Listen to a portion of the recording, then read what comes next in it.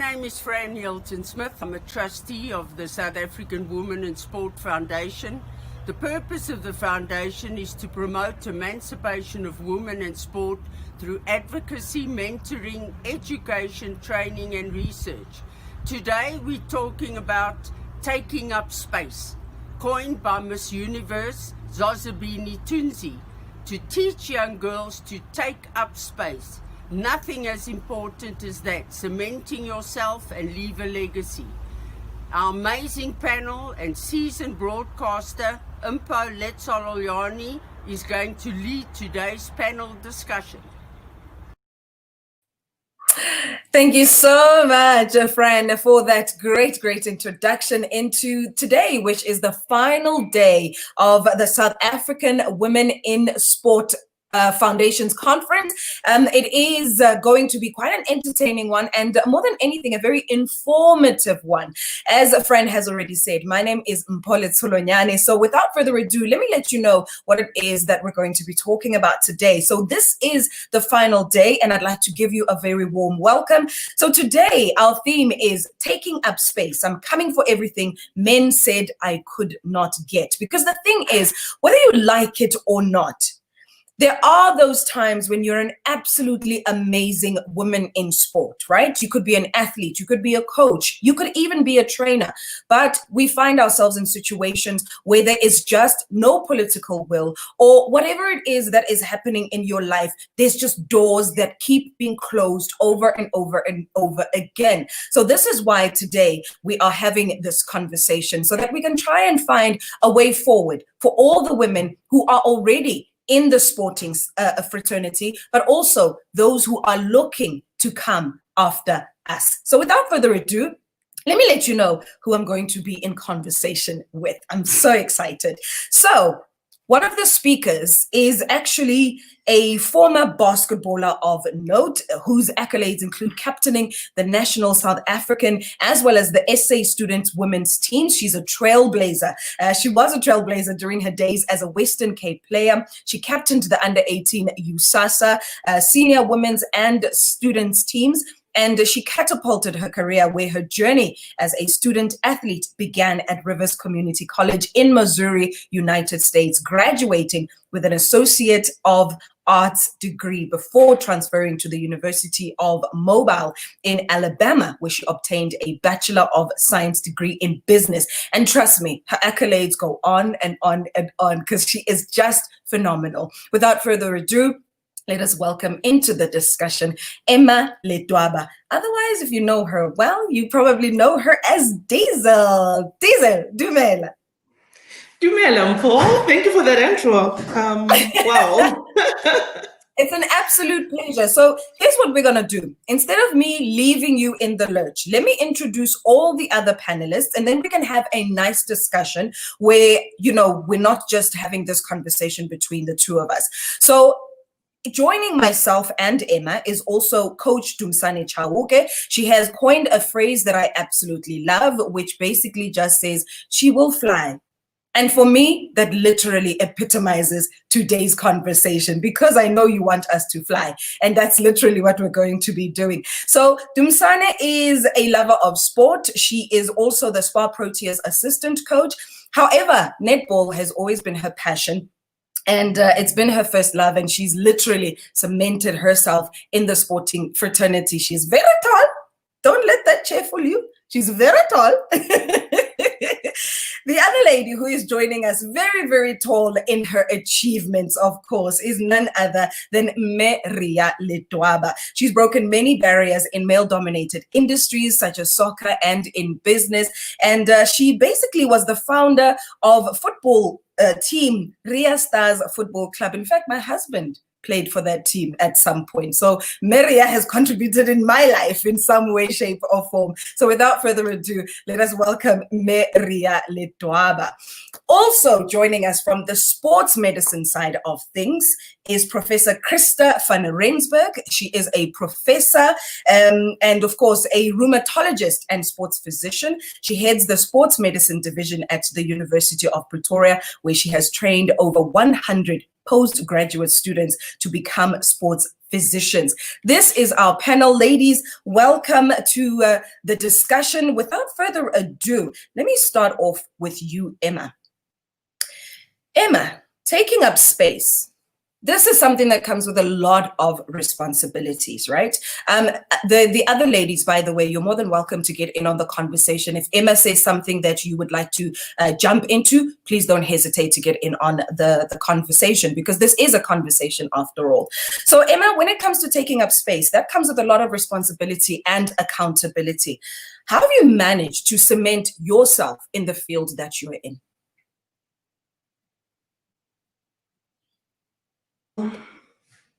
Yeah, very interesting. I think before I even start, I need to just take a step back and just share a little bit about my upbringing to say, you know, how did I arrive where I am now? You know, so basically my upbringing and my socialization has played a major role in the way I see life, how I relate to the world, and you know. So I was brought up by my grandmother, a very strong woman. She was a teacher, a nurse, everything, you know, a community leader, a church leader, and all of that. So I lived with her until the age of about 8. And then I had 3 older cousins as well that lived with us, and 2 boys, 2 girls. And the way we were brought up, there was never any like how we were treated anyway is there's no difference between, you know, boys and girls. We all did dishes, we all, you know, clean the stoop, freight the stoop, you know, however way you want to put it, you know. So we all were treated as equals. So much so that, I mean, obviously, then I was conditioned in, you know, to believe that whatever or anything that a man can do, and not in a bad way, but anything that a man can do, but a woman is also capable of doing it, you know. So basically, so then that's was how my mind was set from the beginning, and you know, how I cemented myself in my field, which is basketball. I knew that I had to be strong. You know, I knew that I had to. Well, I mean, obviously being a girl, you know, and I wanted to become a better player, so I had to go play with men to just to elevate my game, you know, and. While I was out there, I also knew that I was carrying that flag of, you know, the women flag, if I may put it that way, you know. So so when you're out there playing with men, it's very competitive, it's very rough, it's very physical. You must be able to take it as well, you know. So I had to basically roll with the punches, and that was because I made that decision that I'm gonna play in the so-called male-dominated space, you know. So the responsibility then that came with that is that you take whatever comes with it, be it a burst lip, because I mean at times I've had my lip bursted, you know, got an elbow, you know, in your face, something, you know. So you just take that, you know. So that's how for me I then, because it's a decision that I made, and the responsibility that came with that decision, and basically, yes. So, that's how I see my, you know, the responsibility and the accountability that I took for the decision I made. Yeah, that's brilliant. Let's bring in Dumsani in this one, because Dumi, Emma mentions the fact that she with boys purely because, you know, she was finding herself in a male-dominated space. On the flip side, you were in a female-dominated space, right? How was your journey compared to Emma's, where she had to play with boys just to cement herself in basketball? Well, firstly, Mpo, I know Emma from basketball. We play together. Actually, my first love is basketball, by the way. Netball just stole me, and it's had me all these years. But when I can escape, I go back to my basketball days. But yeah, I think our stories are quite similar in that I think with mine, I grew up in a very small township of Malamulele out in Limpopo, and there wasn't much to do. So usually what the girls would do after school, they would get home, wash dishes, wash their uniform, sit and play with dolls and whatever else. And I couldn't do that. For me, it made better sense to get home, do all that stuff. As soon as I was done with all that stuff, I would walk back to the stadium. There was only one stadium that had all the sporting facilities. It's still standing till this day. And that's where I would spend my afternoons. I spend my afternoons playing sport because somehow I couldn't sit and talk to a doll. One response. One response. So I'd rather go out there and sweat, run around, release all that energy, push people. Because I played all these other sports except for netball. So for me, coming up, it was not a matter of surviving, but a matter of saying, okay, so there's so many of us in the pond. Who's the shark? If you're pilchard, you'll get eaten. You gotta be a shark. If you don't know how to swim, you have to learn and teach yourself how to swim. If you don't become the shark in the pond, you'll be the pilchard and you'll be eaten. And that's the space you have to take from a young age. And that's the mentality you need to have, sort of, not a take-all mentality, but a mentality that allows you to get into a space and allow yourself to own that space, whether you are ready for it or not. I like exactly what you're saying. While I try and sort out my audio, let me ask Miria the same question. How did you cement your space in this male-dominated industry where you started off having a football team, something that was unprecedented at the time that you did it? Yeah, well, Paul, good morning to all the panelists out there. Dumisani, my first award was the best basketball player in 1975. That's the first award that I ever received in my life. Mpo, my journey started when I was elected to serve in the board of governors of the PSL, representing the first division. At that time, my team was still playing in the first division. When I went to my first board meeting, I met with the chair of PSL, the late Ndate Daunyana, may his soul rest in peace. And he called me aside and he said to me, "Welcome to the board of men." In my heart, I didn't like that statement. And I made a point on that day. I said, this statement has to change. And he said, there are two things that you need to master when you get into that board. Remember, the board had 20 members, 18 men and only 2 women. And he said, when you get into that board, you have to align yourself with the vision of the PSL. Make sure that you understand the direction in which PSL is going. And the second thing, he said, when you go to church, you have a Bible. So the Bible in PSL is your constitution. The constitution will guide you, the don'ts and the do's and the don'ts. And it will also guide you when you make decision in that board, you will be able to be protected by that. You must align your decision making in that board with your constitution. And from that day, I have made it a principled decision that everywhere where I go, whether it's a company and all that, I will do that. I also learned that when you are in an organization, you have a lot of opportunities, educational platforms where you must actually enhance your ability to perform. And I've done that. I've gone through that. And you know, Mpo, in life, we plan. When you have got a marriage, you plan. When there's a funeral, you plan. And so in football, you also plan. Remember when I was given an opportunity to establish the National Women's League, what I did, I went to get a girl from Eastern Cape, Bunolo, and I got Pearl from Pretoria, Mapule in Safa, and I said, let's team up together. Let's see how best we can be able to bring this National League to pass. And we did exactly that, went to the provinces, got all the teams. I'm not talking about the SASOL teams. I'm talking all the teams of women together to be able to debate, discuss, and be able to disagree and agree. And that is why today we have the National League of Women as established. But the one thing I learned from Dadeta Unyane is that in every organization, you find a leader, you serve under a leader.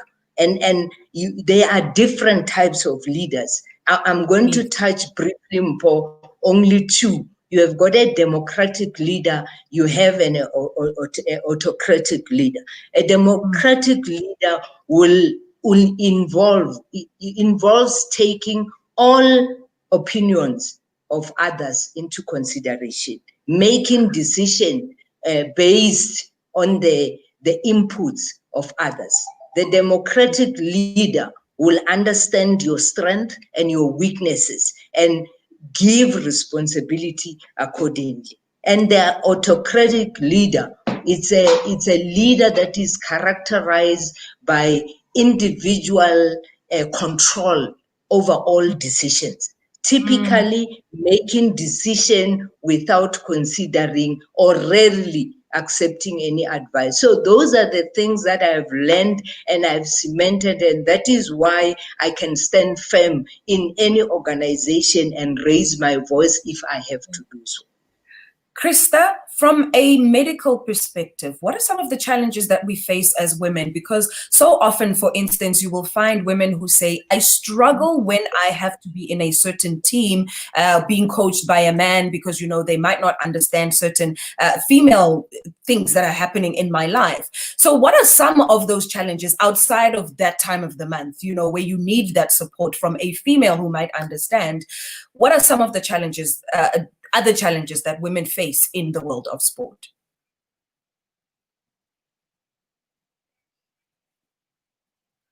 So also maybe if I can take a step back before I get to the challenges that you face, you know, as a girl playing sport, also to sort of establish yourself in the sports medicine environment. That was quite tough because, you know, when I started out, it was mostly male dominated. Now this little female came in and I wanted to make my mark. So I had a lot of battles to fight. Luckily, it has changed. Of those postgraduate students I've taught, I would say my classes are 50-50 nowadays. So we have a lot of girls coming through as sports physicians and very well-known ones like Dr. Patu Zondi, for example, that you all know, that has made a mark.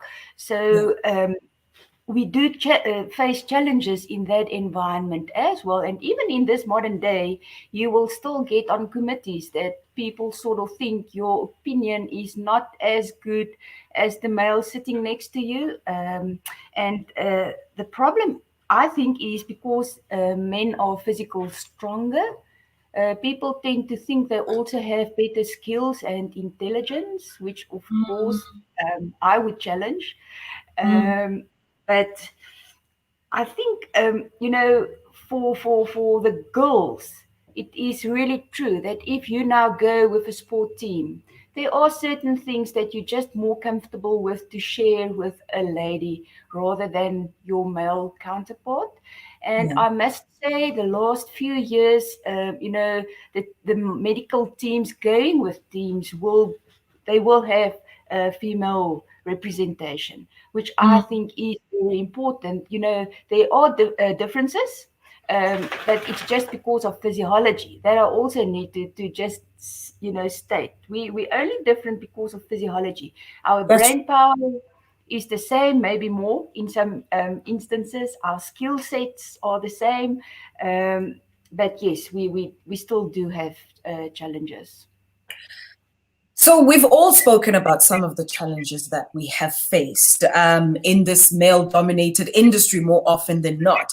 But in terms of advice, because I'm sure that as ladies who are in a sport, who also, you know, find themselves on social media at times, you do get people who will send you messages and say, I want to be in a specific sport. How do I get into it? Or I want to be in a specific field in sport. How do I get into it? What are some of the advices, or what is some of the advice that you generally give those who come to you wanting to take up space?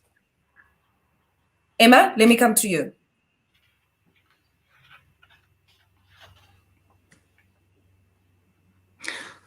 Well, yeah, so that happens a lot. But in basketball, the way it's managed, it's very challenging.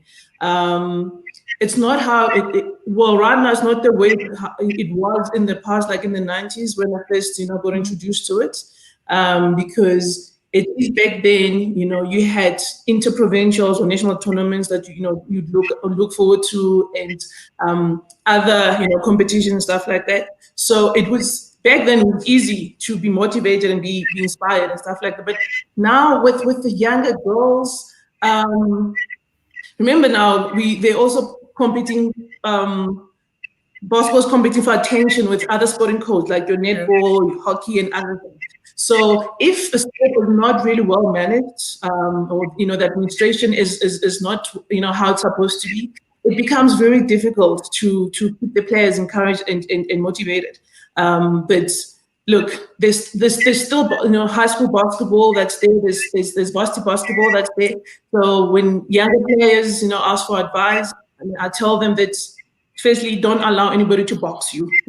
Go out there and do what you want to do. Because I know I did that. I call it, maybe I was being rebellious, being whatever you want to call it, but I wanted to achieve. I wanted to be better.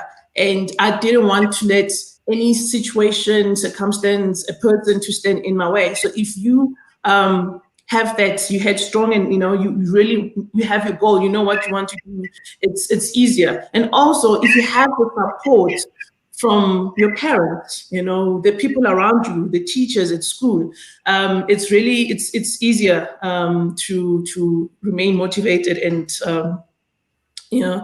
to go for whatever goals that you may be having. So I just basically say, go for it, and don't let anything that to deter you, because there will be along the way some obstacles. There will be people saying, you're not capable, especially as a female, and wanting to break through to some of this male-dominated sport. There will always be all the negative talk around you, but be able to block that out. So it will take mental toughness, a good attitude. So that's all you can encourage at this stage. Coach Dumi, when it comes to having a good support structure, Emma mentioned having parents or a family that is very supportive. How important has on your journey, and also when you are working with the SPAR Proteas, what are some of the things that you note in terms of support? Because so often, especially amongst the Black families, unfortunately, parents are working, so they can't always be there to support their girls who are trying to make something of themselves in the sporting fraternity.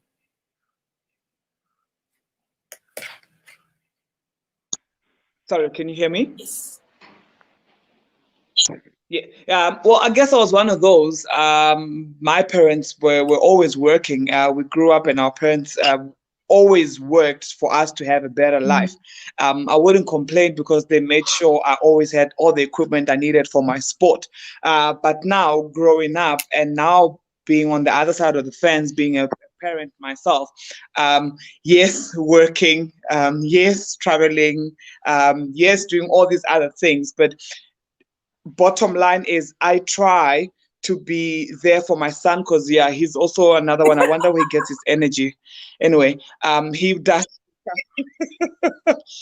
he does soccer, he does karate, he did swimming, and now he wants to get into basketball. So I don't know how we're going to manage all of that.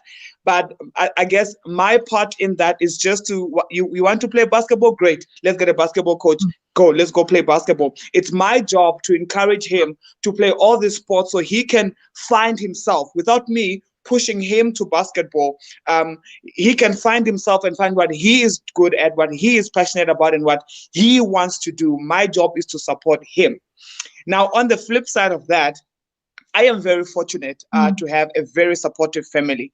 I mean, my mom has been overseas for quite some time, but now she's back, and I couldn't be more happier, because sometimes we're on the road for about 3 to 4 weeks, and the kids have to eat, they have to do homework, they must go to school, groceries must be bought, the house must be clean. So my nanny as well, who is a stay-in, actually my helper, who is a stay-in, she is phenomenal. So support is great.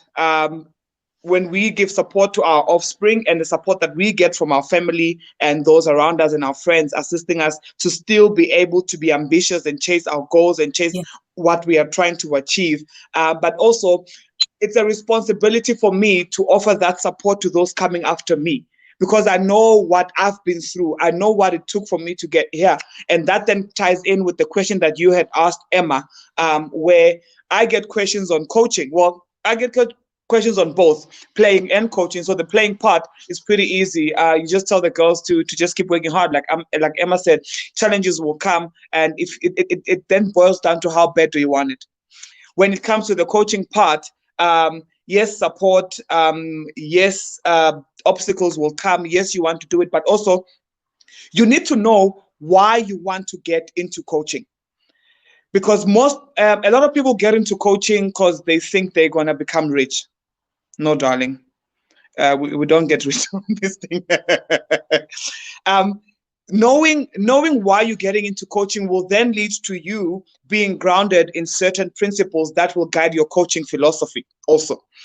And that then will assist you in remembering that when you are not a player, you're on the other side of the fence and you're not playing, you're an administrator, you're the medical personnel, you are the coach or the manager.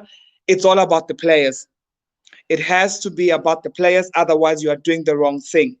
And also, I'd just like to encourage, adding on to what Emma said, sometimes we get into roles, into sports, into positions, and we want to imitate someone else. As a coach, you have to be authentic, because people will realize when you're being fake and you're trying to copy someone else. If you are your authentic self, you're not going to fail. Also, coming with being authentic, be realistic, and also be open to learning at all times. You're not an expert yet, and you'll never know everything about everyone, about everything, everywhere. Open to learning, open to feedback, because that will only assist you in getting better. And the moment that you think you know, like me as a coach, if I think I know everything about administration and now I want to take over Dr. Krista's role and know about medical and stuff like that, it's not going to work. You can never be an expert in everything, and you then need to surround yourself with the experts that are going to assist you in whatever you're doing, whether you're an athlete, you're an administrator, or you're a coach. If you surround yourself with experts in your field, you're not going to fail.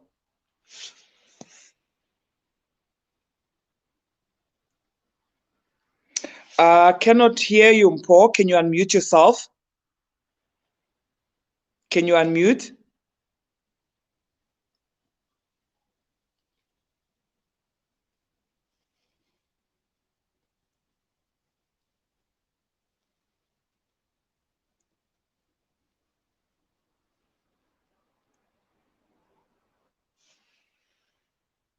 Is it possible for our technical at the back to assist us with getting Mpo unmuted so we can carry on with the discussions? Maybe while we're waiting, Dumi, I can jump in, with what I try and usually teach the people coming and asking me what they should do to be successful. And I think, very importantly, we need to understand that we should not shy away because we are females. If we want to take up space, we need to step forward and face the challenges that are thrown at us. But saying that, I also think that you need to still keep your soft side as a female. So I have a few words that I think is quite important to apply when you want to be successful. And that will be to firstly be ethical in whatever you do, to be transparent so that people know what you say and what you show, that is who you really are. I think you need to be truthful to yourself, but also Yes. to your gender. You need to be always on time. If you sort of want to be successful, you the leader of whatever, being the coach, being the doctor, you can't pitch up late. People will not have respect for you. Then you need to be trustworthy. So if I tell you I'm going to do something, you know it will be done. You don't need to remind me. So I think that is a very important characteristic. You need to be respectful. You can't be a leader and successful if you just barge over everyone and want everyone to do things your way. You need to listen and be open to learning, as Dumi rightly said. But then you also need to be confident. You will make mistakes, but we learn through our failures. And in the end, you also need to be passionate, because if you don't like what you're doing, you're not going to be successful. I am very fortunate in that, I've married both worlds. I love sport and I love medicine, and now I have sports medicine. So it's just, for me, in the mornings when I wake up, it's rah rah go. So I quite like that. And then maybe lastly, you need to be emphatic, because remember, the other person has different circumstances to what you. So that, I think, or the few sort of characteristics that I try to apply and that I will tell people to sort of put in their skill set. Thank you so very much, Krista, for that. The one thing that I love that you speak of, and it's something that a lot of us tend to struggle with, especially when you're in this male-dominated space, you want to come across as male and butch and assertive and we forget to just maintain that little element that makes you still be a woman at the end of the day. And Miria, I see you are agreeing with that. How important has that been in your time in this space, maintaining that level of I'm still a woman, I'm not a man? Please unmute yourself, Maria. Where There we go. There we go. Yes. Okay, thank you. Prof, I totally agree with you on those key principles, to be disciplined in every area of your life. You have to be honest to yourself. I believe in life. I've come across a lot of men and women that are not honest with themselves. You discuss issues with them, and behind the scene they do something else. So it is important. I think women in this country, we need to stand together. We need to stand together for us to be heard. For me, if we are still talking about representation of women in 2020, I have a problem with it.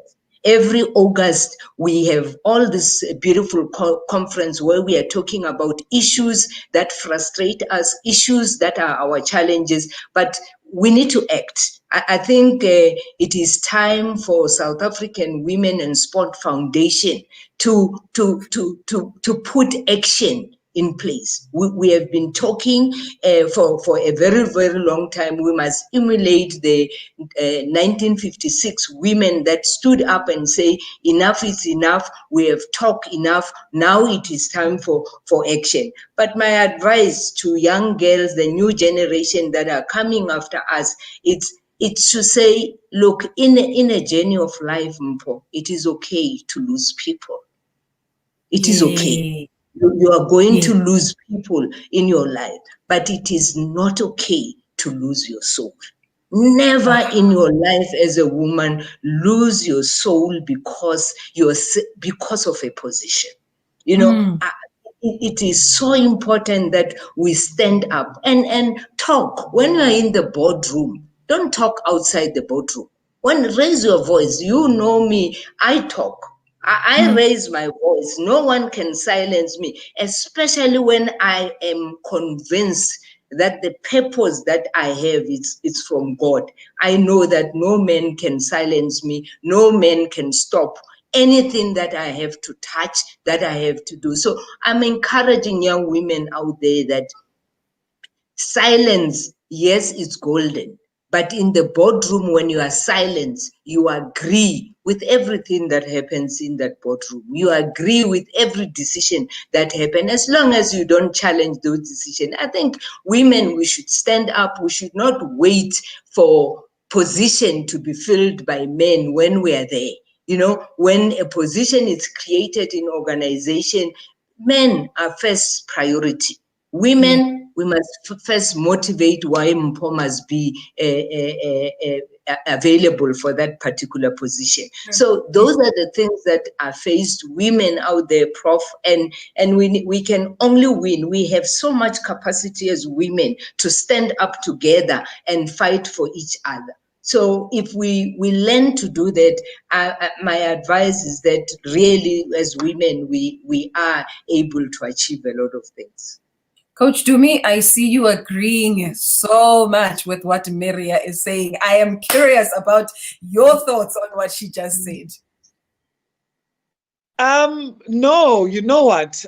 It's a mixture of what Prof has said, of what Maria is saying, and what Emma has said, and what I also said, and then and the comments that are coming through, as we can see the comments floating down the script. And it's amazing how all of us in our different fields have the same mentality going into what we're doing. Because had we not been passionate about what we are doing in whatever space we are in, none of us would be here today.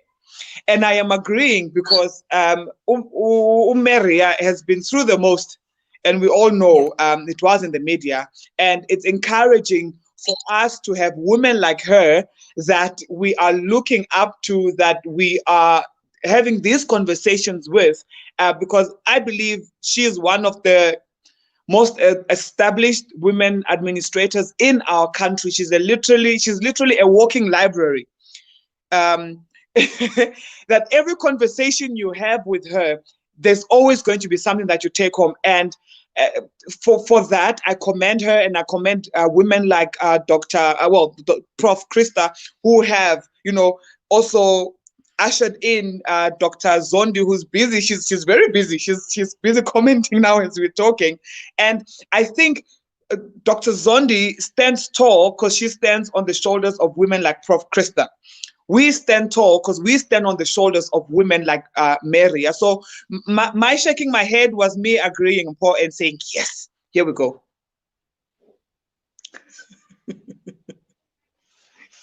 You on mute, Mpo, unmute yourself.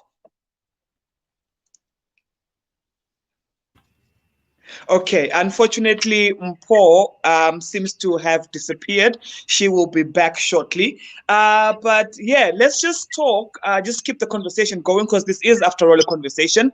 Emma, I will speak to you quite quickly. So, post your playing days, what have you been up to, and what would you still like to achieve? Because I do know that you are more into corporate now, not necessarily into on the sports field with basketball. So post your playing days, what is it that you are currently doing and you would like to do going forward?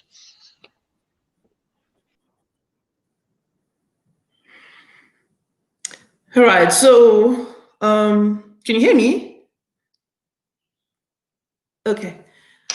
So I am still playing, by the way. I'm just not playing competitive basketball, like, I'm playing for the national team, but I'm still playing. I'm coaching basketball, high school basketball. I coach girls, and I also coach at a boys' school. So I am still involved with imparting knowledge, basically. Sharing my knowledge of the sport and the passion that I have with the young ones. I'm I actually wanted to take you back earlier. It's just, yeah, you know, when we spoke about losing one's femininity, you know, like, you know, women who go into this male dominated spaces, and some of them are afraid that if they break through, then they will be seen as wanting to be men, you know, or wanting to be like men, and you know, that type of thing. So that kind of, you know, gives scares some women still, you know. So you see women holding back because then they get labeled. People will question your sexuality, the way you look as well. I mean, I remember as well when I during, well, call my prime time, when I play a lot of basketball with men, and I would make a concerted effort to make sure that when I'm done playing, I quickly go into the change room, I you know, shower, get cleaned up, and put on a skirt or dress, just so that people still know that I'm a woman, you know? So those are the kind of things that you do in between, just to say, you know, I'm still a woman. But in hindsight, I really think that it was really not necessary, you know, as long as you know what, you know, you know your truth, you know what's happening. You don't have to prove to people that you are a woman, you know, just because you're playing or you're operating in the male-dominated space. Your work should just be able to speak for you, you know. And also, when we're talking about, you know, young girls, what advice and stuff, like, you know, do we share with them? I remembered when I got my first basketball scholarship opportunity, you know, I actually turned it down. And the reason I did that was because I was scared, but more than anything, because I didn't have anyone that call it a role model, or somebody who had been where I wanted to go, you know, that I could talk to. So there was no one that I could, you know, just like check with them, you know, how are things on the other side. So it's very important as well that when you call it inverted commas becoming role model, you know, or young players start appreciating you, you also avail yourself, you know, so that the ones that still have questions, they can actually, you know, have access to you, and then you impart that knowledge and information with them. Because I get that a lot as well, when young players are wanting to go play in the States, asking me, how was that? Yeah. So if I don't make myself available, so I'm denying those young girls an opportunity, because I know what it's like not to have someone to talk to about, you know, things that are making you anxious, you know? You know, I just wanted to say that part because I didn't touch on it earlier. I love that. Yes. So Yes. I'm looking Okay, at the time. I'm looking at the time and I'm thinking, if anybody has just joined us in our discussion where we are talking about taking up space, I'm coming for everything men said I could not get. I just want to remind those who are have joined us on the broadcast that in the second hour, we're going to be taking questions from you. So if while you're listening, there is something that pops into your head that you want to discuss further with any of the panelists, please, in the comment section, just pop through your question and then we'll be able to get through that in just a moment. So Emma mentioned that importance of femininity. Maria mentioned also the importance of femininity. So did Krista as well as Dumi. But before we wrap up, I can't leave this discussion without asking two important questions. One of them is, Maria said, we need to be able to get some form of change. You know, what kind of change are we looking to see in our different spaces, from a medical fraternity, from a footballing side, from netball, from basketball, every single sporting fraternity where women in sport are concerned? What sort of change are we looking to see? Let me start with Maria.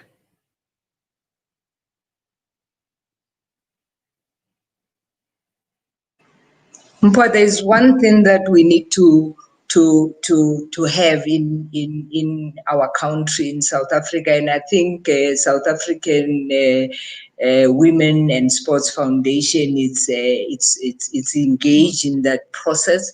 We need to have a policy that protects women. You know, we need to have that policy. It is long overdue. We cannot be talking about gender-based violence. We cannot be talking about psychological and emotional abuse in the boardroom, and we don't have anything to protect ourselves. That policy has to be in place, and I'm happy that the foundation it's engaging with the Department of Sports to make sure that we have that policy. It is very important that we do that. We must also have the 50-50 policy in the boardroom.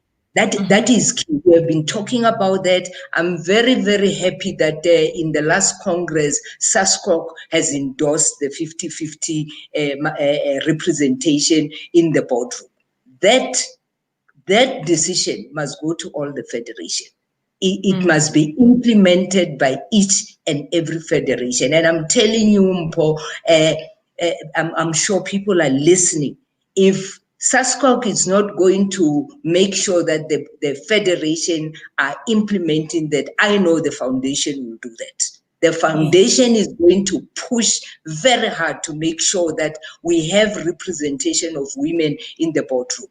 We are tired of hearing there are no women. That's what you hear all the time. There are we don't have women. There are so many women. We have seen women in this conference from day one, capable young women that can take up the space up there. And this is the time for us to stand up as women and never, never give up. Krista, from a medical point of view, what changes do you think we need to have?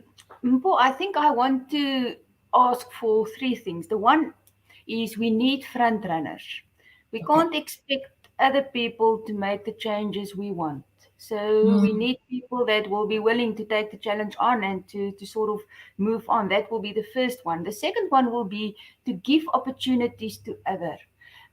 Many people want to just keep everything to themselves, and then, we can't grow. So I do think that I think Dumi or Emma also touched on the giving opportunities. And then we need to be open to learning. We don't know everything yet. So we need to even listen to our male counterparts, but in the end, we need to apply that to then face the challenges that we still have ahead of us. Brilliant. Dumi, from a coaching perspective, what changes need to happen? I think, never mind representation. I think with netball, we are sort of having it when it comes to men and women representation. But when it comes to football, we would like, I know personally, I would love to see more female football coaches coming through. Same thing with basketball, because you would like a female basketball coach coaching females to avoid other stuff we're not going to talk about today. But specifically in netball itself, for me personally, the change that I would love to see more coaches of color coming through the system. It can't just be a select few of us that are there at the top. There has to be some sort of opportunity that is open for other coaches of color that look like me, that talk like me, that come from backgrounds like me, coming through the system. Because one day, soon, whenever that will be, I am going to step off and do something else with my career, and we can then start scrambling for the next one.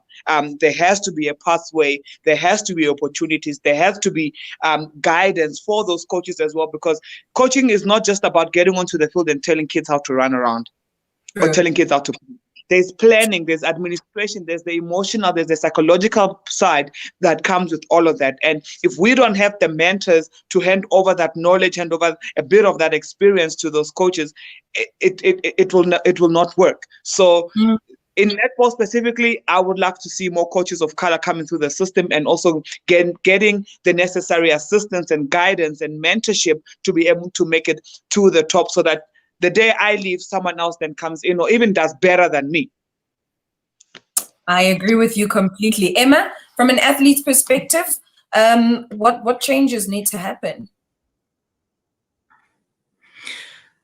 Sure, a couple of things, I reckon.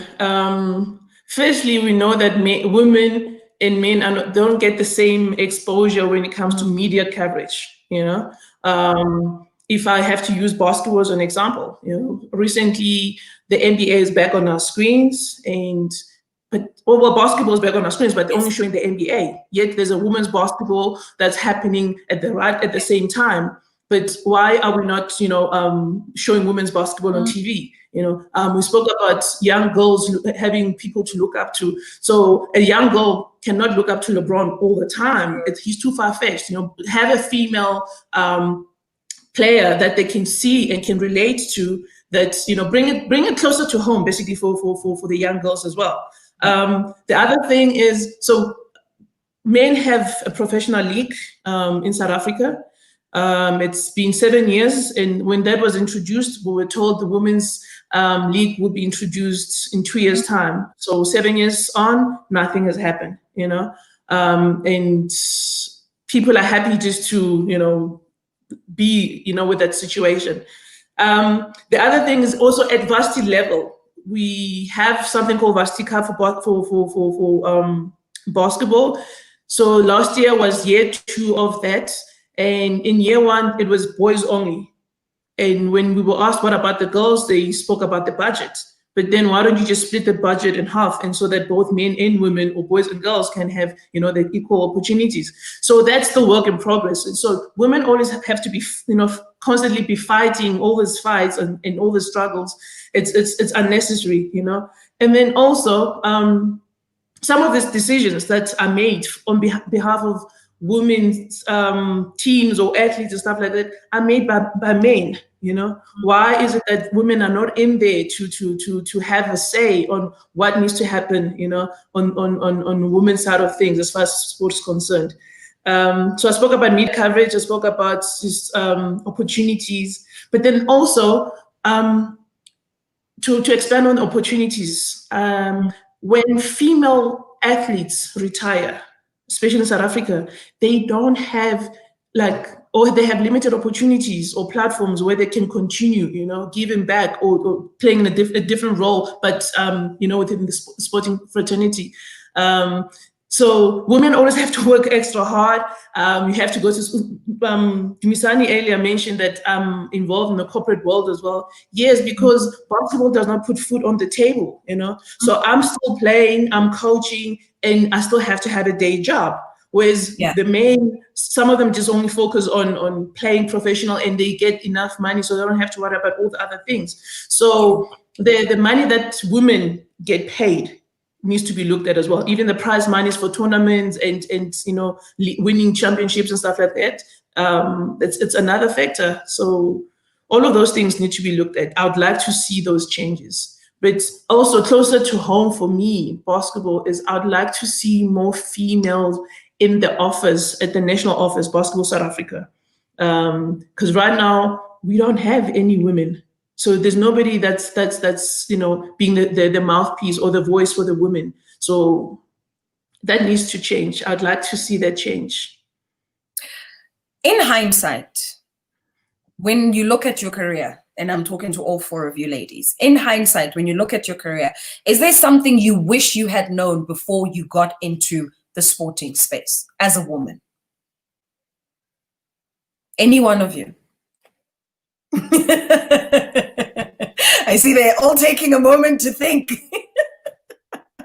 I think give this one to Prof for now. As we take a moment to think, Prof, what do you wish you had known when you look at your career in hindsight?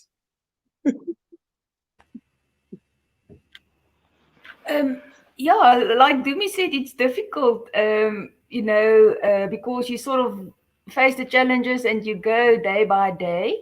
But I think when I was still a young doctor, it would have been good for me if at that time I didn't feel to always sort of stand at the back of the ward round when the people are standing around a bed and the prof is explaining what's happening, because, as a female, I got pushed back. The males wanted to take up the space closest to the prof.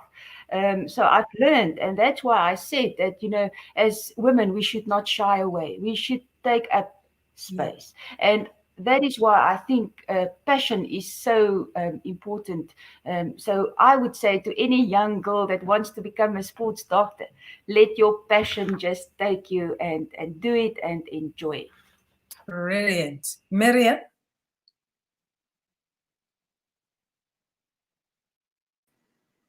Well, in my career, Mpo, I think I've come across men and women that have nurtured me.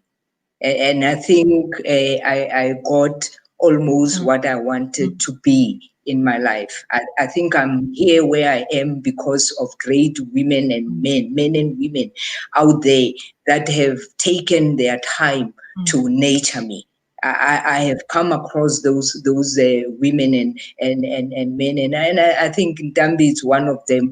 That has always been there to encourage, to advise in terms of need, because there's some times where you actually don't know what to do. And when you get people that you can rely on, and that when you have shared that whatever you have shared with them is between you and them. People who you share things and they're already in the social media. So I think I've been very fortunate to be able, when in 1899, that I said to myself, in the 10 years, I want to see myself being probably the first woman to have a Premier Soccer League. And I've achieved that in the 10 years. I've put those plans in place, like Prof is saying, the plan is important in your life, to have a plan. Everything that you do, have a plan first before you even achieve. We have had that yesterday in the sponsorship presentation, where they say, before you go to a sponsor, know exactly what you want to achieve and what you will give. So those are the plannings that you put in place. And I'm grateful to have been in this journey where I have come across men and women that have been able to make me the person I am today. I can never be standing here and say I've done it all by myself. No, I have young women, even younger than me, that have actually given me some advices in this journey of, especially of football. Thank you. Love it. Coach Dumi? Well, Paul, I know the prof has spoken, the legend has spoken. I'm still sitting here thinking, Dumi. Okay, Emma is back. It's Let's go back to Emma then. Let me go to Emma. Emma, the ball is in your court. I'm in the same space as Dumi, but I think for me, and I still term it my biggest regret in basketball in my career, is not having gone for the opportunities that were given to me when I was younger. Because I let go of about 4 basketball scholarships to go study in the US. And I could have gone when I was much younger. So I could have gone when I was 19, but I left, I think I was around 22, 23, which then meant when I got to the US, because they've got rules, they've got cutoff age for Division 1, NCAA, that side. And so I was overage for that. So I had to play in a different division, So because of that, I was not able to realize my dream, because I could have played at the highest level. But hence, I still say, with the younger girls, we gotta be there for them. We shouldn't allow them to make the mistakes that we've made. So, and we need to tell our stories more and more to the younger ones, so that they know what not to do. So, yeah, pretty much that's my reflection. Back to you, Dumi. Yes, I'm ready. So one thing, Paul, I think Emma just triggered something in me when she spoke. I think I wish I had known how capable I am back then. And I wish I had not doubted myself as much as I did. I wish I had not doubted my capabilities, my skills, and I wish I had believed in myself more. And I think that was brought about the change or the switch in mindset when I started believing in myself, and the gates were like open, Well, and you things do just say she will happened. fly. Yeah, she's flying. So I looking back, I wish I had believed in the dream that that young kid in Malamulele had, because yes, she had that dream, but she had no idea it would actually be bigger than what she had actually dreamed. But looking back, I thought she was crazy, but it was a good kind of crazy, because look at her today. Yes. So that is what I wish I knew when I was younger. It's something I would tell my younger self and say, listen, be crazy, believe in yourself so much that they call you crazy. It's fine, it's okay. Sometimes it takes crazy to achieve great. That's true. That is very, very true. So as we wrap up this conversation between ourselves, before including the questions from the viewers who are joining us via Facebook and YouTube, I have to ask every single one of you, what do you want your legacy to be? Yes, I know I'm wrapping up with the tough questions. Let me start with you, Dumi.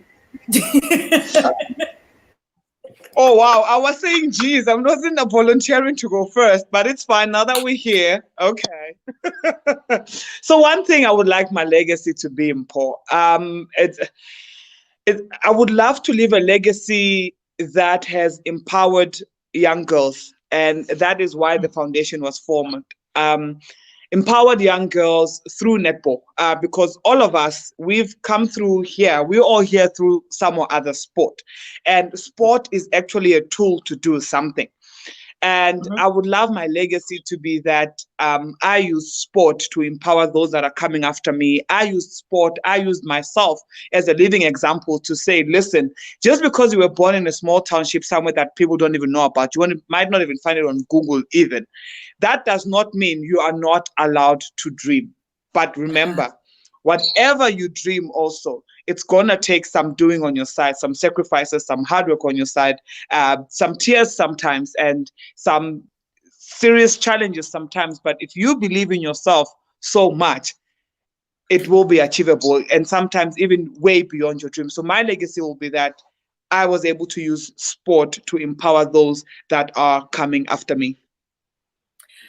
Krista? Yeah, so I want to vouch what Dumi said. I would like to empower girls to lead in the field of medicine. I want to be known that I've given people opportunities, that I didn't just take everything for myself. For me, passion is more important than perfectionism. And then also, you know, my sort of life motto is just do it. I'm a Nike fan. So my car registration number is swoosh. So I believe just do it. I love it. Emma, what legacy do you want to leave behind? Sure. I think it's pretty much like Dumi, you know. As someone who has played basketball at the highest level, I don't want that to end with me. You know, I would like and love for and not just girls, even boys. You know, the future, the people coming, you know, after us, to be able to go and basically. So you know, when you're handing over the baton, you know, it's a race. You know, they need to take on and take it to the next level. Like I said, I went when I was older, you know, let it be a learning, you know, so let the future, the young people coming behind us know that it can be done. You know, there will be adversities along the way, but, you know, fight through all of that, because if you really believe and you want something, it really can be done.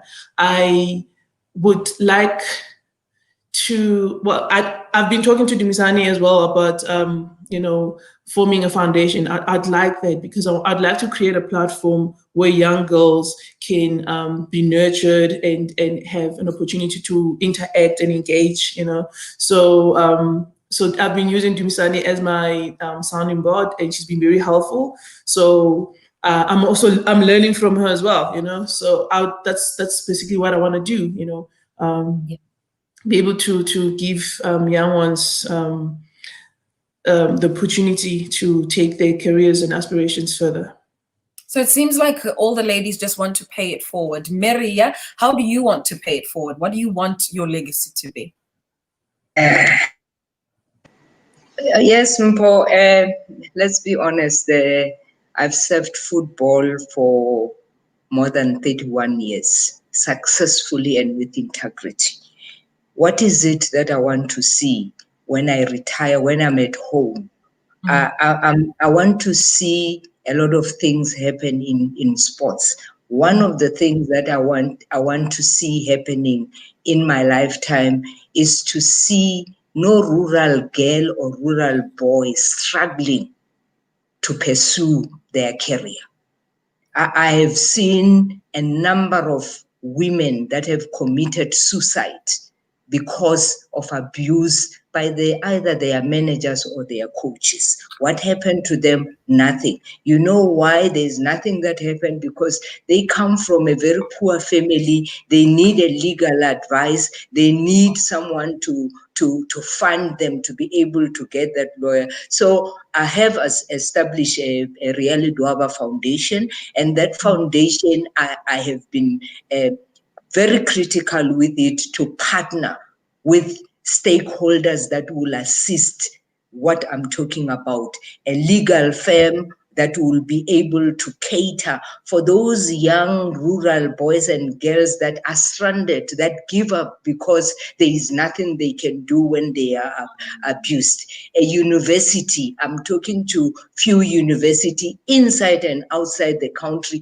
to give that rural talent out there to be able to be rooted out there. We must not wait to see the players playing in the under 17, under 19. There are many rural players that never gets an opportunity to play in those national teams or even to play in other teams. Every day I'm confronted by calls of young boys and girls that are saying, I want to do something, I want to enhance my talent, but I don't know where to go. I'm partnering with organizations that against gender-based violence that are critical in that. So I want to create this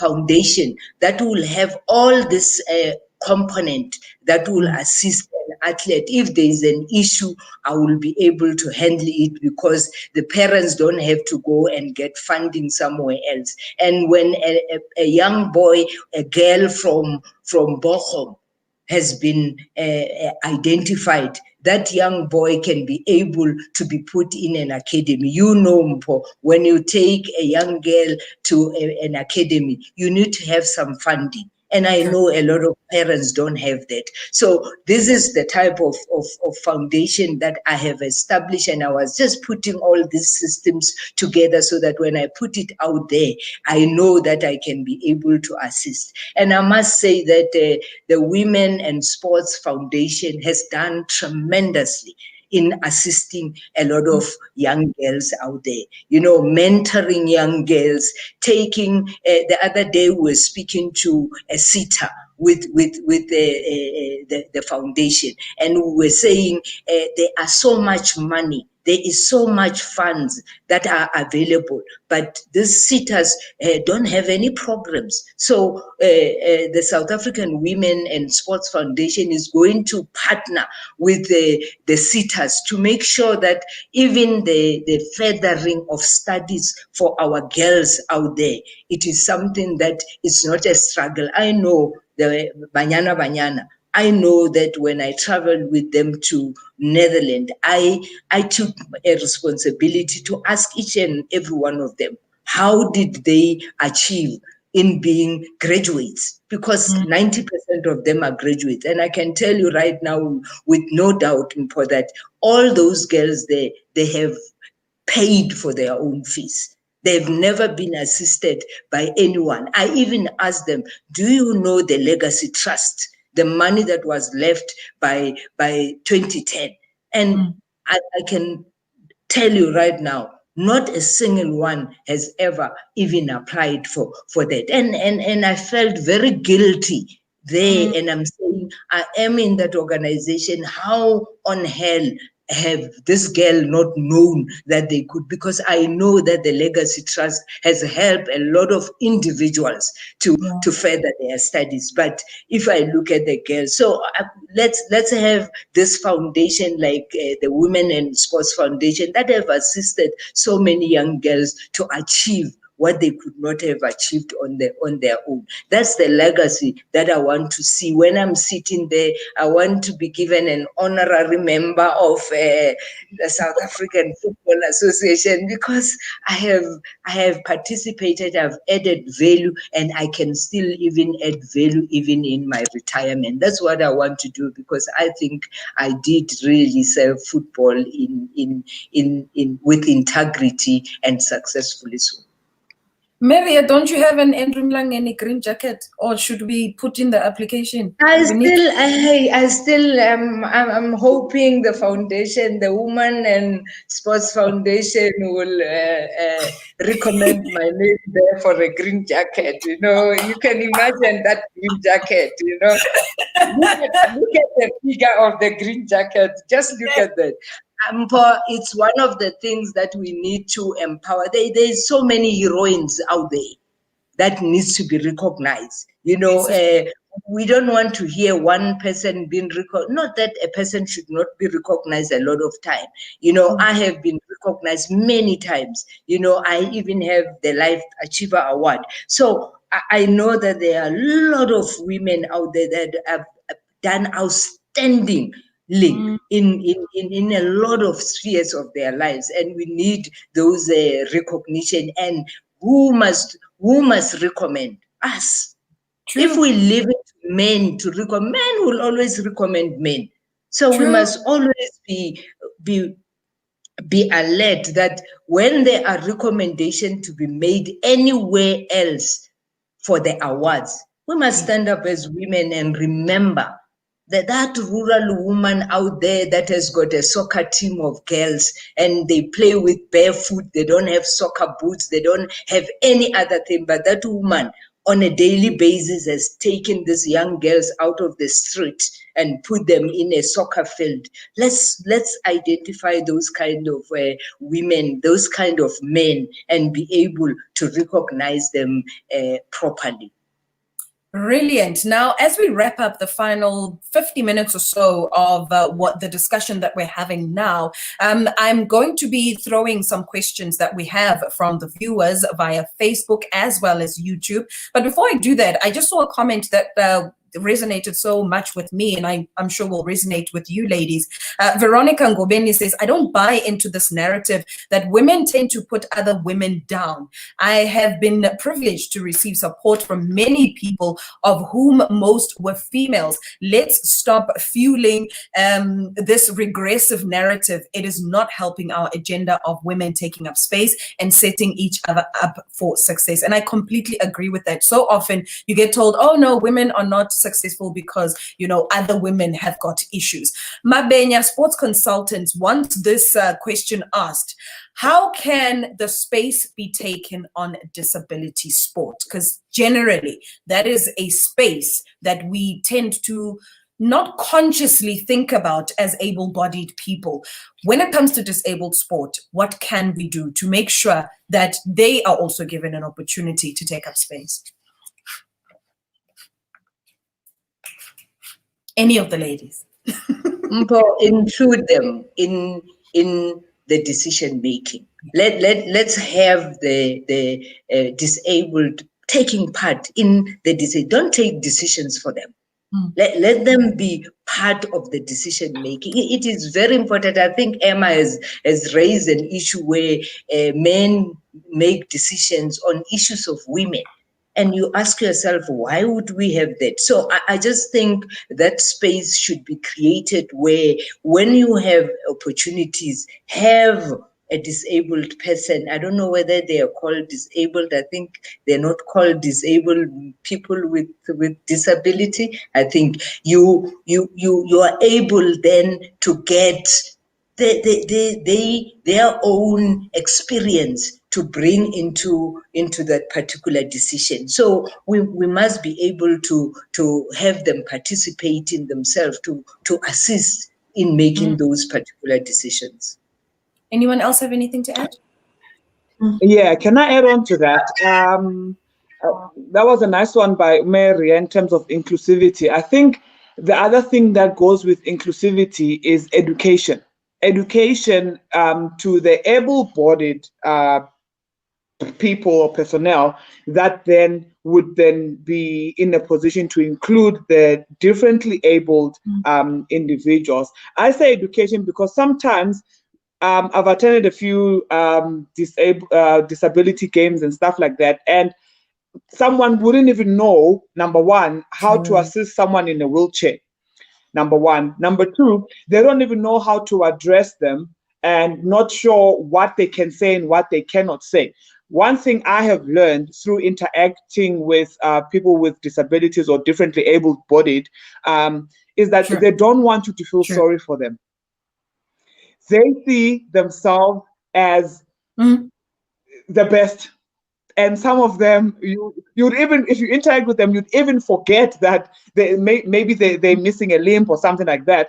But also, I think this notion of treating them different and secluding them and them having their own SAPPD and this and this and this, it then forces in a way, or it engraves in the back of our mind subconsciously in a way that they are different and therefore they have to be separate. So inclusivity, Mamria, very important, but that inclusivity must come with education so that we can know how to interact. But also, you can't be scared of them because they're human beings. So inclusivity and education is my contribution to this one. Brilliant. Siabulela Loilane says, how do we embrace and ensure that the LGBTQI community is also catered for? We have struggles as women, and I believe they even experience far worse struggles because of their sexual orientation. And she adds to say, this topic is very close to my heart. So how do we embrace and ensure that the LGBTIQ community is also catered for when it comes to sport? I think Prof will help us with that one. I think it will be much the same like the previous discussion we had, that we should not treat those people differently. They should be included. There's this, all the rules should be the same for everyone. It's not because of your gender orientation or the way that your physique look that you should now be different or separated, like Dumi rightly said. So I would not change my answer to what was said already. So inclusivity, inclusivity, inclusivity. KZN Netball have got a question for you, Prof. So please don't mute your mic. Says, what is your thoughts on combining education and sport, and understanding that at times it is not only in the field of space where space must be taken, but also behind athletes' spaces? I think that is so important. Unfortunately, although we love sport, and career injury ending can happen anytime. So if you're just focusing on your sport and you're not having some background education, when that day comes, or even if you just need to retire, that is why we many times then get depression, anxiety, when professional athletes need to stop. We know about the suicide of the Australian rugby player after he didn't play any longer for the Australian team. So it is so important, and it needn't be academic education. Everyone doesn't need to go to the university to be educated. There are many things that you can do. And if you then want to, rather because you love sport, go on and do some coaching, then start getting education on that while you're playing. So I think it is so important. And for me, it happened this week where I made a sort of a diagnosis on a young up-and-coming sportsman that I sort of told, listen, this is not going to happen because of this diagnosis. I just made. So we need to have a plan B. And that will be your plan A rather soon, because you can just be on the elite level in sport for, 35 maybe. So very, very important.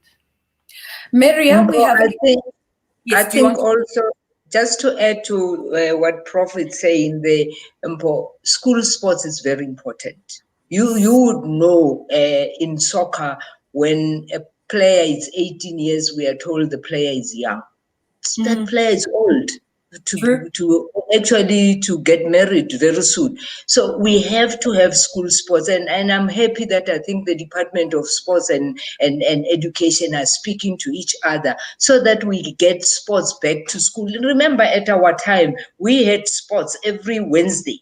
We would do sports at school, and that's where you get talent at the youngest. You know, when you go to overseas, all the academies that are there, they start with players at the age of 5.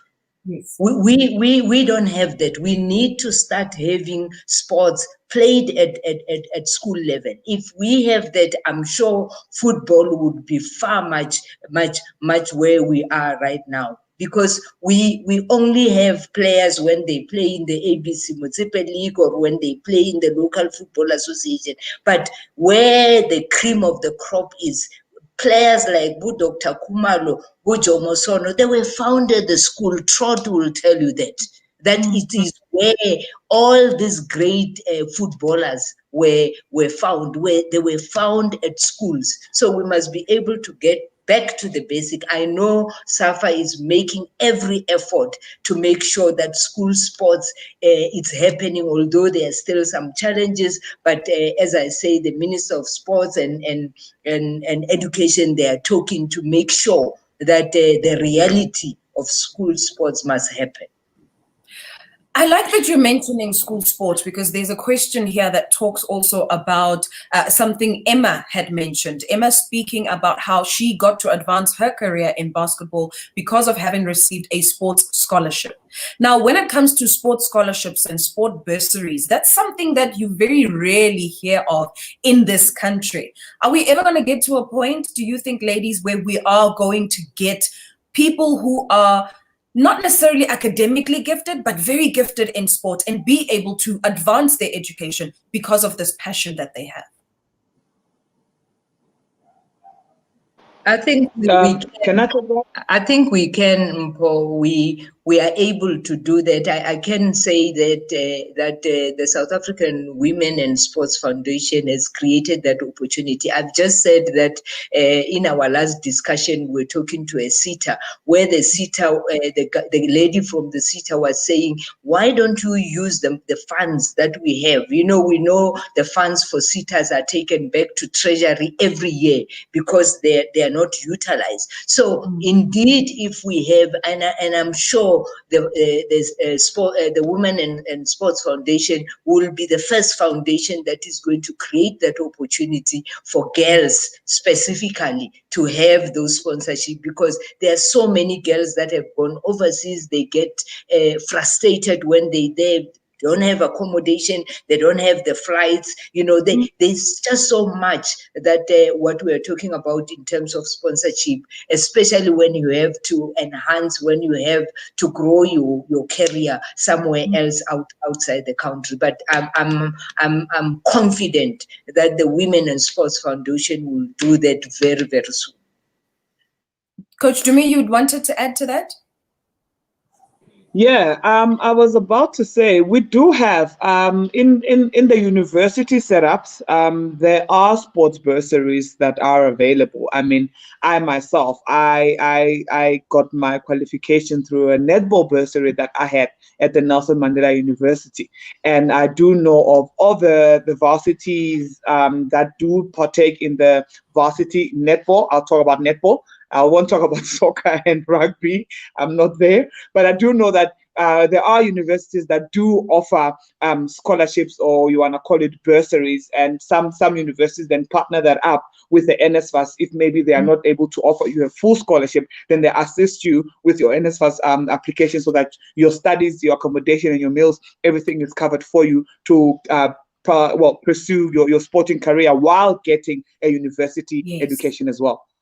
Mpo, you know also that the South African Football Association has created an academy in 2004 at the High Performance Center, where we have put a number of girls, more than 100 girls have gone through that academy. And the most important thing that they have achieved in that academy is to make sure that the girls that pass matric are given an opportunity at the University of Pretoria, because there is a relationship between that academy and the University of Pretoria. And I can say about 80% of Banyana that have gone through that academy had an opportunity to do what Dumisani is talking about. They've got, even if it was not a bursary, but they've got an opportunity to go and do their degree, different degrees in the university. I think those kind of academies need to be created for a lot of sporting codes, so that young women out there, young girls out there, they know that there are these different academies where they can be able to be assisted in terms of their own federation. Krista, you wanted to add? Yes, I would also like to pledge that, we don't only give sponsorships and bursaries to the high performers. We need to look at those girls that like sport, but they perhaps want to go into administration. Yes. Or management, because unfortunately, and even at school that happens, you have your small little group that's really doing well, and they sort of get all the privileges, while the B team or the C team, they also need support to sort of grow and get their place and take up their space. So I would also like to pledge for sponsorships for those groups. Emma? Yes. So, yeah, I wanted to comment on this. So, opportunities are there, especially, like bursaries and scholarship opportunities. They're definitely there. But what I've also seen in the past is where players get given an opportunity and they mess it up. What I mean by that is that they only focus on the sport, but then they neglect the academics. Because remember, with these bursaries and scholarships, they come with conditions as well. You need to pass, because if you don't, you're blocking the way for the next kids to come through. So what players sometimes they tend to do is just focus on the sport and then neglect the academics. And also the other thing that doesn't get emphasized enough on when players are on bursaries and scholarships is that not everybody is gonna go on and play professionally, So we don't put too much emphasis on the academics. We tend to just focus only on the sport. When players fail, then we let them go and we get new kids in, and it becomes just a cycle that just repeats itself. So we also in the universities and other spaces, we need to put more emphasis on education. Let the players know that a bursary comes with a responsibility, and also you will not play forever, like Prof said. An injury may happen, so you need that degree behind you so that you can be able to go fend for yourself elsewhere if sports doesn't work out. True. Rubina Khan says, I'm listening from Saudi Arabia. I'm enjoying the discussion. How do we ensure more involvement of women at grassroots level? Because so many opportunities obviously are for those who find themselves in the bigger cities. But then we have Coach Dumi who says, I come from Malamulele, a very small village, but here I am. So how do we make sure that the women who are in rural environments also get an opportunity to one day be the Professor Christas of this world? Would you like me to take that? Yes, you can. Firstly, thank you for the question, for the contribution, which is an international one coming all the way from Saudi Arabia. We appreciate the support. We appreciate you engaging as well and not just watching. So I think resources, maybe resources in terms of, number one, equipment and facilities, but also if the resources and the equipment and the facility is not there, are you then just going to sit down? No, you find a way. So you find a way, and you finding a way is also going to build up your resilience. I mean, now we had lockdown. All of us were all of a sudden put in a position where we had no idea how to swim in this swirling sea called the coronavirus. Yeah, all of a sudden you can't coach, you can't go out on a netball court, you cannot go to the office. Now you had to sit and think, okay, what now? We can't go to the gyms. So what did we do? We made a plan. The girls didn't have training programs. You send programs via telephone, email, whatever. Some of them didn't have weights. What did you do? You thought outside the box. We created weights with water bottles, either putting sand or putting water. You created weights with bricks or rocks, put them in your backpack, and that's how you trained. So yes, we can talk resources, equipment, we can talk human capital. If those things are not there, we're going to have to make another plan. The unfortunate part is that sport at the grassroots level is on a voluntary basis, right? Which means you don't get anything out of it. You are the one who's giving off of it. And the only way we can get more involvement on the grassroots level is to encourage people and encourage the spirit of volunteerism.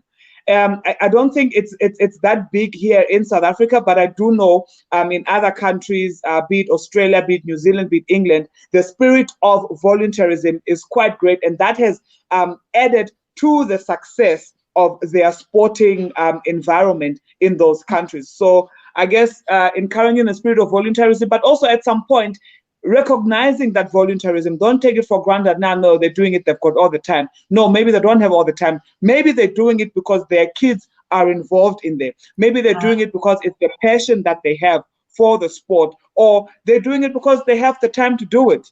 So encouraging volunteerism will assist us to get more assistance or more people involved at grassroots level, as we know that most of the time you don't get paid for it. That is true. Anyone else want to add? Well, also, I think it goes back to Robina in Saudi Arabia. I think we have spoken about school sports. That's where grassroots are. You know, when you have school sports in Saudi Arabia, you have tackled the issue of grassroots, because that's where young boys and girls are. But you know, an example that I can give in South Africa, for example, in football, you would know that we are across the country. I think we are one federation that is across all municipalities that are in South Africa. So we have about 52 regions that are there, but we have got 300 and something local football association out there. Where is the grassroots? That's where football is played, where we say mass participation. We don't talk about, I agree with Dumisani, we're not talking about playing for something, just mass participation. That's where it's happening, and they have a little bit of competition around there. So in Saudi Arabia, if they look at the country and look at how best they can be able to structure mass participation in that country, they will be able to, but they must start at the schools. They have to start at the schools. Pam Lee Tabua says, "Oh, how I wish this discussion can last the whole day. The discussion is close to my heart. Hey, we have things to do, girl. We're too busy taking up space, so we can't be here the whole day, unfortunately." But there is a question that's come through from Patience Chikwambane. Patience says, Coach Dumi spoke about doubt. How do we assist and step in to ensure that young girls realize that at an early age? And I'm going to throw this to you, Emma, because you spoke a bit earlier on about having foregone certain opportunities that came at you at a younger age because you were not feeling as though perhaps you're not worthy of them, or it was too soon, or you were doubting yourself. How do you then make sure that a young girl who has opportunities coming her way doesn't let them go because of self-doubt?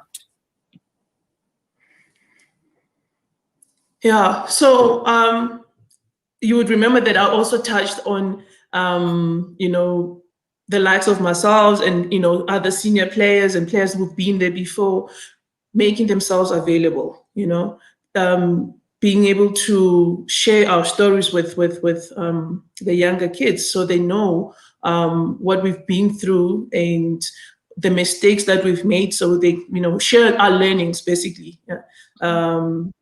So we need more women, especially who have played sports, to remain, you know, in other roles. Because yes, you can't be a player forever, but you could be a coach, an administrator, play other roles, but people still be able to touch lives in a positive way. So That is I would say. That is a brilliant one. There's a question for me, but I'm gonna leave that for a little bit later. I just wanted to go into this conversation about women.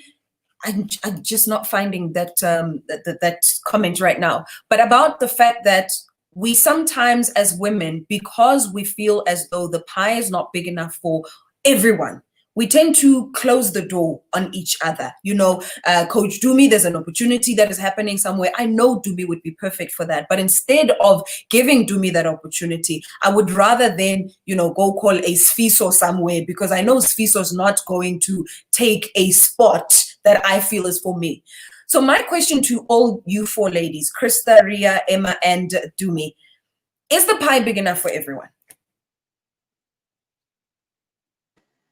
I think it is, Mpo. There are many opportunities for all of us there, and we shouldn't be women that close doors for other women. But I think the most critical thing that needs to happen in our country, when opportunities are there in any federation, they must be advertised. Sure. You know, we cannot have a situation where I call you, Mpo, I'm at SAFA and I'm saying to you, Mpo, there's an opportunity for a media officer in SAFA. I should be saying to you, Mpo, there's an advertisement that will be coming in the next month. Please make sure that you look at that. The closing date is this, so that you can be able to apply. Yes, we know there's a headhunting. I'm a very critical person of headhunting. I believe the advertisement is the most comprehensive way of making sure that everybody, you know, we are sports people, we can go on radio, we can tap into your program and say, Mpo, at South African Football Association, we have so many opportunities. Please put that out there within the media. So it is important, because if we are going to say, because it's only me there, no one comes there, if it's there's someone that needs to come, it's a friend of mine or a brother, my brother's daughter or something else. I believe that it is even in Parliament, I think it's our government position that every position must be. That is why I think it is very critical for the Minister of Sports and SASCOC. I'm talking to patients. It is important for them, when an opportunity is created and they hear a federation says, we have appointed this man to do certain things, they must question, where was this appointment advertised? We have got the portfolio committee of sports in Parliament that is headed by a woman. She must be able to stand up and say, I hear there's a head of referee that has just been appointed. Where was this Where was this post advertised? Why don't we have a young lady that is a referee that has been doing a lot of things, that has empowered herself? Did she get an opportunity to apply for that post? Or that person was just handpicked somewhere else and brought to the association? I'm not only talking about SAFA. There are a lot of disappointments that are happening throughout a lot of federation, that we just hear somebody has been appointed. I don't even care whether it's a woman. If it's a woman and she's appointed because she has advertised or she was headhunted with other women that are there, to be able to then take up that space. And indeed, we are coming for those positions that you think we couldn't take. We are coming. Women are coming. We are coming, and we are going to occupy those positions. Whether the men like it or not, I can tell you, Mpo, I'm just so excited that even this interview, it's the presenter, it's a woman. You know, in most cases, you will find a man. You know, when you go to an interview, there's a panel, it's only men.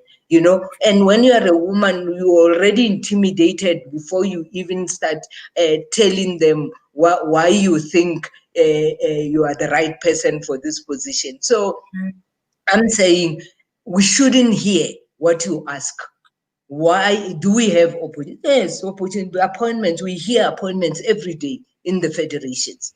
What we should question. And I'm saying to Ndambe, the president of Women in Sports Foundation, she must stand up and question all those appointments that are done that we have never seen advertisement, or we are never told that there was a headhunting. People have been headhunted. I want to see in my lifetime a lot of young women that I have seen, especially in football. There are many young girls in football that I think they can come up and take up what men think they couldn't take. Emma, you wanted to add?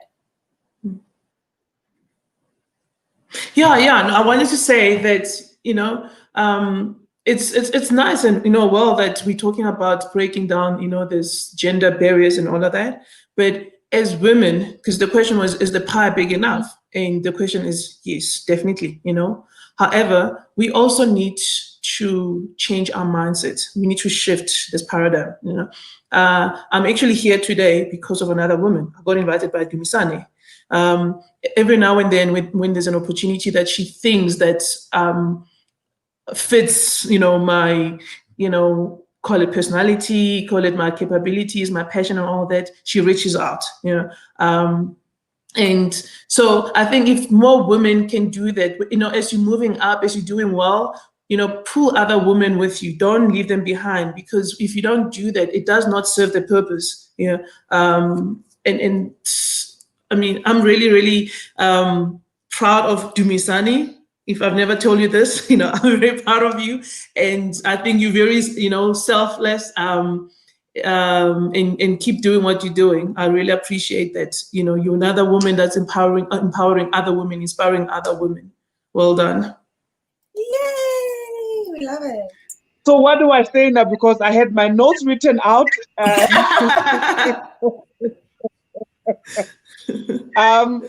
Can I add? Sorry, are you done, Emma? First and foremost. Oh yes. Over to you. Oh, okay. Madam Chair, can I carry on? Yes, please, go ahead. Yes, I will. Thank you so much. Yes, thanks, Emma. I guess we all are because of others and those that are around us, and that is why we are all here, all five of us who are doing well in all our fields. I mean, Paul, seasoned broadcaster, Prof, medicine, Mary, admin, Emma, athlete, basketball, myself in netball and coaching. But what I wanted to say is that the pie is definitely big enough. But what leads to people thinking that the pie is not big enough, number one, is a lack of self-esteem. Number two, the lack of self-esteem then leads to greed, because they tend to think that because the sun is shining on me and I'm doing well, I don't want someone else to do well, because maybe if they do well, they'll do better than me, and then I might not look as good anymore. And that is one thing that maybe we as women growing up, we need to do some introspection. Have a conversation with yourself in front of the mirror. You as a candle, you do not lose your spark when you light another candle. Instead, by you lighting another candle, the room illuminates even more, because now there's more light. So I remember last year, Mary, I'm going to touch into football because I'm not just a netball person, I'm a sport person altogether. Desiree won CAF Coach of the Year. I remember sharing her win on my socials, and I said, a win for one queen is a win for the queendom.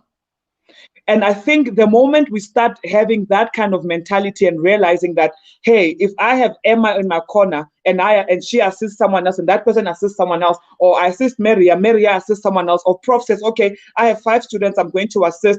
Now those 5 students go and assist another 5 students. Those other 5 students assist. All of a sudden, you have a world filled with candles that are lit and there is no space for darkness. So yes, the pie is good enough, but should you not get a slice of the pie that you actually wanted, bake your own pie.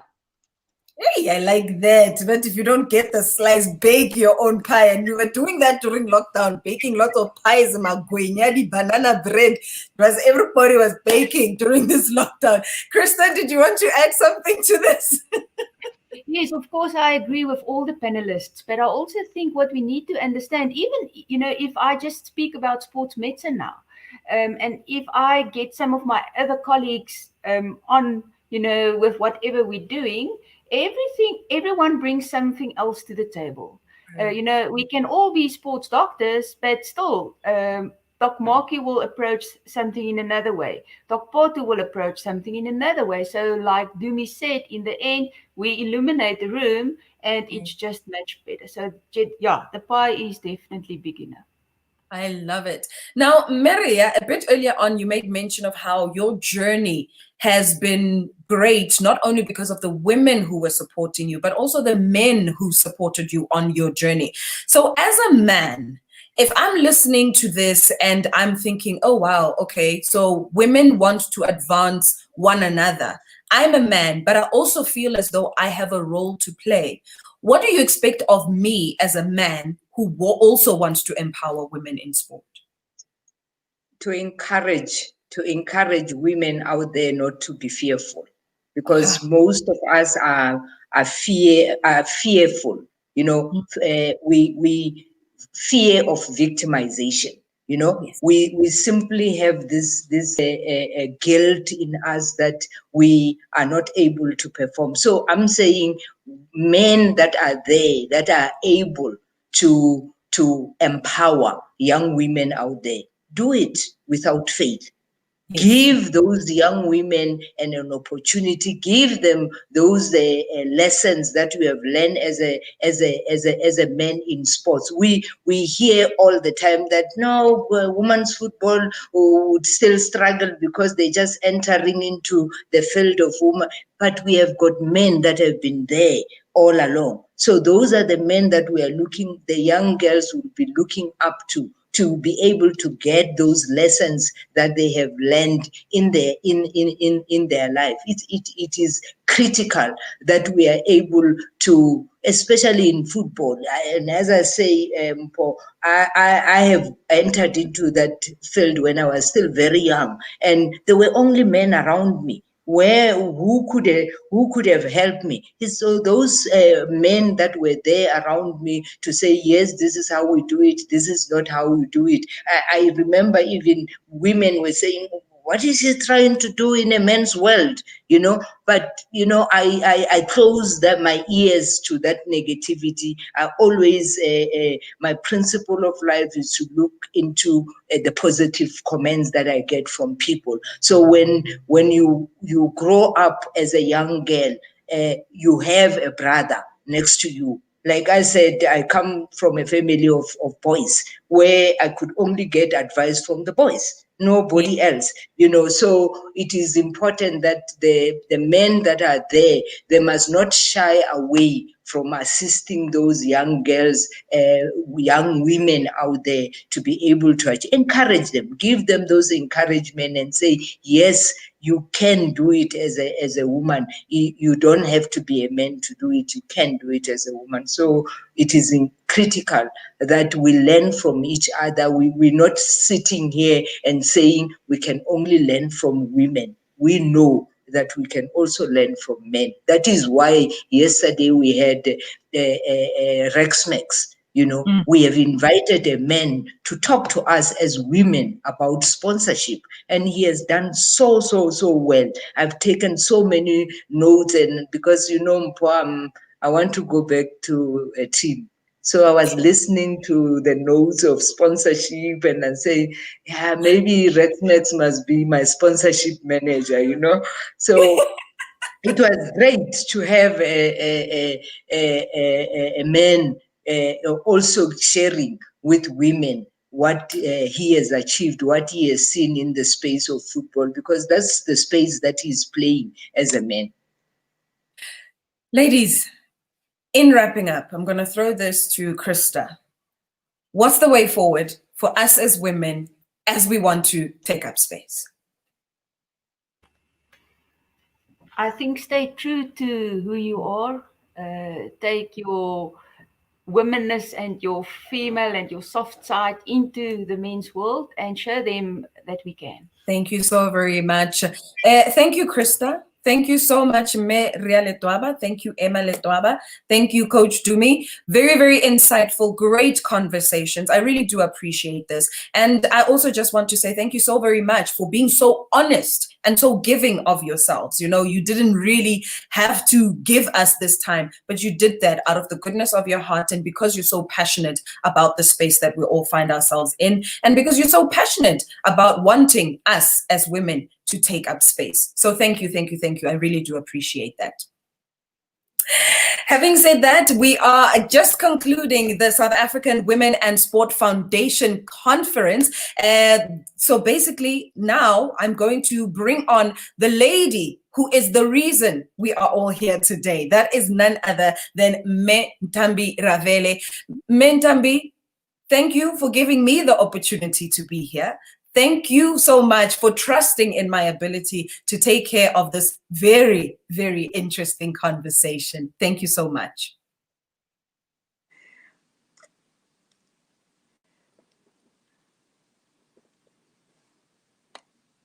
Thank you, Mpo. Wow, wow, wow, wow. I agree with Pam to say possibly we needed a whole day to have this discussion. I'm asking you not to leave now because I will have announcements at the end of my session. As Mpo have said, I'm Mentambi Ravele. I'm the chairperson of Women and Sport Foundation.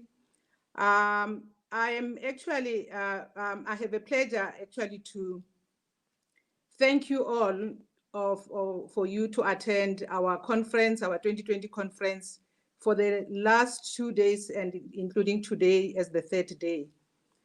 But I will be failing if I don't thank our moderator, Mpo. Mpo, you did a very good job with those strong women and having to drive them and make sure that they present what they are supposed to present. We'll start with our panelists. I'll start with Emma Lidwaba. Thank you so much for your knowledge, including Dumisani Chauke, who's my mentee. She did very well. I'll give you my scores. And including Maria, my teammate, you did very well. Krista, we come from netball, whilst she was still a doctor for the team, and she was doing very well. Thank you so much, Prof, for your wisdom. We are very much thankful for all your contribution and all your conversation in taking up the space. And that's what we want to do. We want to take up our space and actually perform well. But I will be failing if I don't thank the trustees of the Foundation of SAWASF. Thank you so much, and for you being a team organizing this, including the organizing committee, Rendani Mraudzi, Mani, Dumisani, and Kimara. Kimara, she's behind the scene, running our social media. She's doing quite well, and thank you so much. We thank the lottery funds, National Lottery Commission, for our sponsorship. And also the lady behind the scene also with the connecting you on Zoom, connecting you on YouTube and whatever. That is Naz from the company called Social Accepted. And she did a very good job in the last 3 days. We had very few technical problems. I would also like to thank all the stakeholders who allowed us to share our live streaming on their platforms. Thank you so much. I'll be failing if I don't thank all of you who followed us for the last 3 days. We appreciate it, and we really don't take it as though it's something that you are just doing. I think you are doing it because of you see value out of what we are doing. So now more than ever, women are called to take up space and leave a legacy. But we have to make sure that we are ready to take that space and create a situation where we see equality in sports. In 2018, we had a conference, and one of our resolutions was for us to push for 50-50 representation. We made it at long last in 2019. So let's go and take this space. And in doing that, SAWASF is going to create a database where we would want you guys to give us your credentials, your experience, so that we keep that database in place in order for us to use it when people are telling us that we don't have women. We should be able to open a drawer and take out your name and say, here is a woman who can do it. So we will be creating that database, and please follow our social media. We will be announcing very soon. The other issue is the fact that this year we didn't work on the resolution because of the new setup now we are in, and also again because of the lockdown, we couldn't implement some of the resolutions we took last year. So what we are going to do is that we are going to implement some of the resolutions we couldn't implement, and also activate the sexual harassment petition. And I ask you all who are here, and even your friends, ask them to sign that petition so that we again return it back to the department. And SASCOC now, they are willing to discuss it because of they said they will put it to their board. So we will then actually present that petition. One of the things also that we are going to do now, which is a very exciting thing, is that every month we will have a webinar where we will have topics that you guys, you have to suggest for us to tackle those topics. So please, through our social media, suggest topics that you want us to tackle, so that we can arrange for that webinar. And lastly, what I want to raise also is the fact that very soon we will be running an online mentorship program. And we need, possibly for now, for a start, we will actually be going with 20 mentors and 20 mentees. I would actually encourage most of the women who can be mentors to join us. I have seen in these sessions women like Doreen Solomon, women like Chikani Baloyi, women like Blanche Muela, who usually most of the time follow us on our social media. We want you guys to come up now and actually take your space again in order to mentor up and coming administrators or coaches and athletes. And I think what we will be doing from today until the next conference, we will be moving with this theme of taking the space. We need to take this space. We need to make sure that we're available. And if you are not sure, you don't have confidence, please talk to us. Talk to us. We will help you to be trained to make sure that you are ready for your position. I thank you all. It was a nice session today, and the last 2 days we also had great test sessions, and hoping to see you next year. But not only next year, we will see you on a monthly basis when we have our monthly webinars, and we will be informing you through our social media. Thank you so much.